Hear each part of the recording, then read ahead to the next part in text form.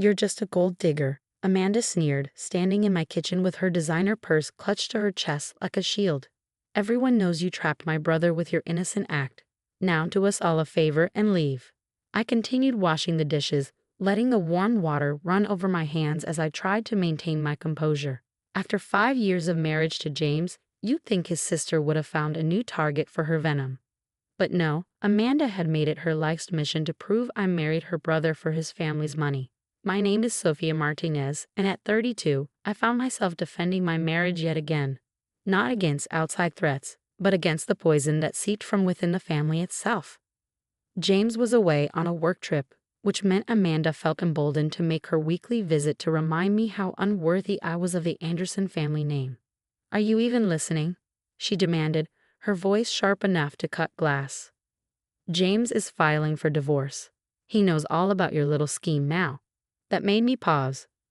I turned off the faucet and dried my hands slowly, deliberately. "What scheme would that be, Amanda?" She smiled, the kind of smile that reminded me of a predator about to pounce. "The way you pretended to work at that coffee shop, making yourself look poor and helpless. How you orchestrated meeting James there, knowing he always stopped for his morning coffee. You played him perfectly, didn't you?" I couldn't help but laugh, which only seemed to infuriate her more. "I worked at that coffee shop to put myself through nursing school. Unlike some people, I'm not afraid of honest work." "Please," she scoffed, pulling out her phone. "I have proof now. Someone sent me interesting information about your past. Seems like you've tried this routine before, haven't you?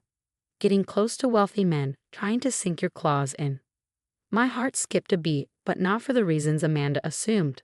I knew exactly who would have contacted her, and why. "Let me guess," I said, keeping my voice steady. "Someone named Marcus reached out to you." The slight widening of her eyes told me I was right. "So you admit it. You know him." "Oh, I know Marcus," I replied, walking toward the stairs. "Would you like to see something interesting, Amanda? Since you're so concerned about the family's welfare." She followed me up to the attic, her heels clicking against the wooden steps like angry exclamation points. The late afternoon sun filtered through the dusty window, casting long shadows across the cluttered space. I moved purposefully toward an old trunk in the corner, one I hadn't opened since the day I married James. "What are you doing?" Amanda demanded, watching as I pulled out a key I kept on a chain around my neck. "Showing you the truth," I said simply, unlocking the trunk. "Since you're so interested in my past with Marcus." The hinges creaked as I lifted the lid, revealing stacks of yellowed newspapers, old photographs, and legal documents. On top lay a front-page article from 15 years ago. Its headlines still bold despite the passage of time. "Tech mogul's son arrested in investment scandal." Amanda snatched the paper, her eyes scanning the text rapidly. I knew what she was reading. The story of how Marcus Reynolds, son of a wealthy tech executive, had been caught running an elaborate investment scam targeting young women. The article mentioned his arrest, but more importantly, it mentioned the key witness who had helped bring him down. A 19-year-old barista named Sofia Martinez. This can't be right," Amanda stammered, looking between me and the article. "Marcus said you were his accomplice, that you helped him scam people." I pulled out more documents, police reports, court transcripts, and a letter of commendation from the FBI. I worked undercover with the FBI for 6 months to gather evidence against him. Marcus lost everything: his money, his freedom, his family's reputation. He spent 8 years in prison, and now he's trying to get revenge by poisoning my new life. Amanda sank onto an old chair, the paper trembling in her hands. But you were just a coffee shop worker. How did you?" "I was a criminal justice student working part-time," I corrected her. "When I noticed Marcus's pattern with other young women who came into the shop, I contacted the authorities. They asked for my help building a case against him." I pulled out one final document, a certified letter from the FBI stating that the majority of Marcus's seized assets had been returned to his victims, thanks to my testimony. I could have taken the reward money they offered, could have sold my story to the press. But I didn't, because it was never about the money, Amanda. It was about doing what was right. The silence in the attic was heavy with the weight of shattered assumptions. Amanda stared at the evidence of my past, her carefully constructed narrative about me crumbling before her eyes. Does James know about all this?" she finally asked, her voice small. No, I said quietly, because unlike some people, I don't think the past defines who we are. I married James because I love him, not because of his family's money or status. I've never needed either. I began placing the documents back in the trunk, each one a reminder of a chapter in my life I'd chosen to keep private, not out of shame, but because I'd wanted to build a new life based on who I was now, not who I'd been forced to become at 19. I think you should leave now, Amanda, I said, closing the trunk. And the next time Marcus or anyone else tries to feed you stories about me, remember what you saw today. Remember that appearances can be deceiving, just not in the way you always assumed. She stood up shakily, clutching her designer purse like a lifeline. As she headed toward the attic stairs, she paused. Why didn't you ever tell us? It would have changed everything. I smiled sadly. Would it? Or would you have just found another reason to doubt me? Some people only see what they want to see, Amanda. I learned that lesson a long time ago. As I watched her leave, I knew this wasn't over. The truth about my past was out now, and soon James would know everything. But for the first time in 5 years, I felt strangely peaceful. Sometimes the best defense isn't in hiding who you are, but in finally letting the truth come to light. I pulled out my phone and texted James a simple message. We need to talk when you get home. There's something I should have told you a long time ago. The house felt eerily quiet after Amanda left. I sat in the living room, surrounded by photo albums I pulled from the shelves. Pictures of James and me on our honeymoon, holiday gatherings with his family, moments of happiness I'd captured and preserved, hoping they'd somehow prove my worth to the Andersons. My phone buzzed with James' reply. Is everything okay? I can catch an earlier flight. Before I could respond, another message popped up, this one from an unknown number. My heart sank as I read it. Did you really think you could keep your past hidden forever, Sophia? I told you I'd make you pay for what you did to me. Marcus. I blocked the number immediately, but the damage was done. Marcus was clearly determined to destroy the life I'd built. The irony wasn't lost on me. He was still trying to control and manipulate, just like he had 15 years ago. The doorbell rang, making me jump. Through the peephole, I saw Margaret, my mother-in-law, standing there with Amanda. Of course, Amanda had gone straight to her mother with her discovery. I opened the door, steeling myself for what was coming. Margaret swept past me into the house, her expensive perfume trailing behind her like a warning sign. Amanda told me everything, she announced, turning to face me with the same cold expression I'd seen countless times at family dinners. About your involvement with that criminal, Marcus Reynolds. Did she tell you the whole story? I asked quietly. Or just the version Marcus wants you to believe? She showed me the newspaper articles, Margaret said, her voice sharp. My son married someone who was involved in a criminal investigation. Do you have any idea what this could do to our family's reputation? I walked to the attic stairs. Follow me. Both of you need to see something. This time, I pulled everything out of the trunk, not just the newspaper articles, but the commendation letters, the victim statements, the photos of young women who'd lost their savings to Marcus's scheme. I spread them across the attic floor, creating a timeline of truth that couldn't be denied. I was 19. I began, my voice steady. Working at the coffee shop, studying criminal justice. Marcus would come in, always targeting young women who seemed vulnerable. He charmed them, convinced them to invest their savings in his exclusive investment program. By the time I noticed the pattern, he'd already stolen from dozens of victims. Margaret picked up one of the victim statements, her eyes widening as she read the details of Marcus's manipulation tactics. The FBI asked for my help. I continued. I agreed to wear a wire, to let Marcus think I was another potential victim. For 6 months, I gathered evidence while watching him destroy more lives. When they finally arrested him, he looked me in the eye and swore he'd make me pay someday. But why didn't you tell us? Amanda asked, her earlier hostility replaced by something that almost looked like respect. Because I wanted a chance at a normal life, I replied. When I met James, it was 2 years after the trial. He was kind, genuine, everything Marcus had pretended to be. I fell in love with him because he saw me for who I was, not what I could offer him. Margaret sat down heavily on an old chair. All this time we thought. You thought I was a gold digger, I finished for her. Because it was easier to believe I had ulterior motives than to accept that maybe, just maybe, your son could love someone from a different background. Sophia? A voice called from downstairs. James's voice. My heart stopped. He wasn't supposed to be home yet. Heavy footsteps on the attic stairs, and then he was there, taking in the scene before him. His wife, mother, and sister surrounded by evidence of a past I'd kept hidden. I caught an earlier flight, he said, his eyes fixed on the newspaper article in his mother's hands.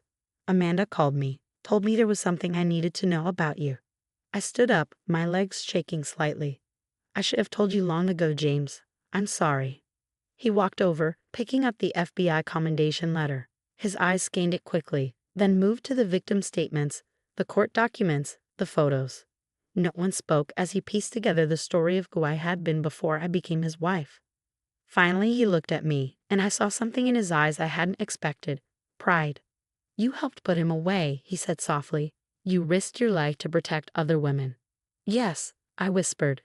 He turned to his mother and sister. All these years you've judged her, questioned her motives, made her feel like she wasn't good enough. And all this time she was more honorable than any of us. James, Margaret started, but he cut her off. No, Mom. You and Amanda owe Sophia an apology. Not just for today, but for every snide comment, every subtle dig, every moment you made her feel unwelcome in this family. I touched his arm gently. James, they didn't know. That's the point, he said firmly. They never tried to know you. They were so convinced they knew your type that they never bothered to learn who you really are. The attic fell silent again, but this time it felt different. The truth lay scattered around us in black and white, undeniable and transformative. Margaret stood up slowly, smoothing her skirt with trembling hands. I think we owe you more than an apology, she said quietly. We owe you the chance to be truly part of this family. Amanda nodded, tears in her eyes. I'm so sorry, Sophia, for everything. I looked at them. These women who had made me doubt myself for 5 years, and felt something shift inside me. The past I tried so hard to hide had finally come to light, and instead of destroying my marriage, it had somehow made it stronger. James pulled me close, kissing the top of my head. No more secrets, he murmured. No more secrets, I agreed, feeling truly secure in his love for the first time since our wedding day. As Margaret and Amanda left, promising to help deal with any fallout from Marcus's attempts at revenge, I realized that sometimes the very things we try to hide become our greatest strengths when brought into the light. 2 weeks after the revelation in the attic, life had shifted in ways I never expected. The Anderson family dynamics had transformed. Margaret now called regularly, not to criticize but to genuinely check on me. Amanda had become an unexpected ally, using her legal connections to help protect me from Marcus's continued attempts at revenge. But Marcus wasn't finished. One morning, I arrived at the hospital where I worked as a nurse to find him waiting in the parking lot. He looked older than I remembered, prison time evident in the hardness of his face. Hello, Sophia, he said, pushing off his expensive car, still playing the noble hero. I stood my ground, my hand already on my phone. You need to leave, Marcus, now. He smiled, but it didn't reach his eyes. I lost everything because of you. My family's reputation, my future, all of it gone because you couldn't mind your own business. You lost everything because you stole from innocent women. I corrected him.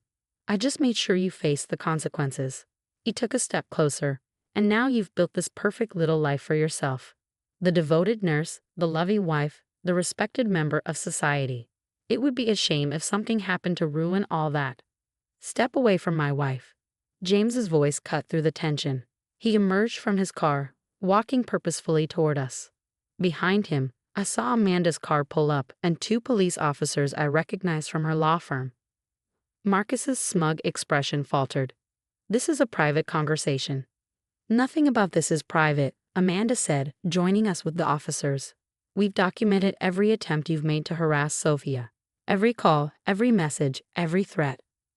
One of the officers stepped forward. Mr. Reynolds, you're in violation of your parole by being here. You were explicitly forbidden from contacting Ms. Martinez or her family. I watched as they arrested him, feeling a weight lift from my shoulders that I hadn't even realized I was carrying. James wrapped his arm around me, solid and supportive. How did you know? I asked him. One of your coworkers saw him lurking earlier and called me, he explained. I reached out to Amanda immediately. Later that evening, the entire Anderson family gathered at our house. Margaret had insisted on a family dinner. saying we needed to do things properly from now on. As we sat around the dining table, I looked at these people who had once been my harshest critics. Margaret was sharing stories from James's childhood, actually including me in the conversation. Amanda was discussing how we could use my experience to help other women avoid similar scams.